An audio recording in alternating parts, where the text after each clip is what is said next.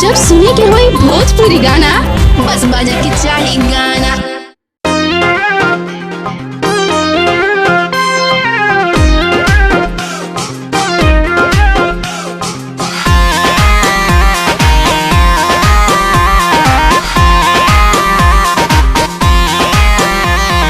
बसवो कटाई गइल मोहरावो छबाई, पिया घर जाइबू तू हमके भुलाई।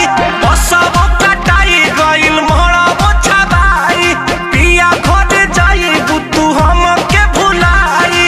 दोस्त नइखे एहमे हमारे बिना मर्जी के हो तात सदिया हो लगा